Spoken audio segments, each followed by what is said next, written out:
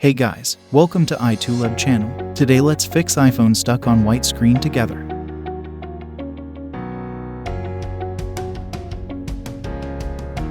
iPhone has no reaction to my touches.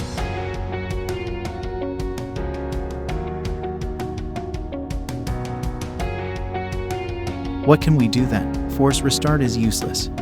Then our old friend FixGo comes to help.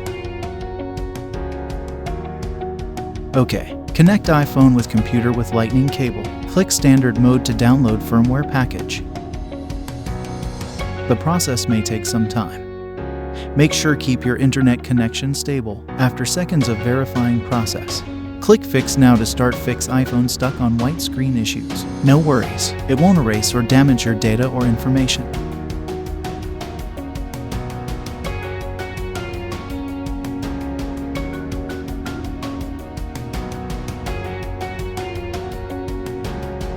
When the fixing process complete, stuck iPhone will reboot. So let's check the result.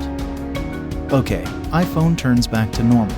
White screen issues disappeared. Thanks for following iToolab FixGo to fix iPhone stuck on white screen. If you like it, please give us a like and subscribe iToolab channel to fix all iOS issues.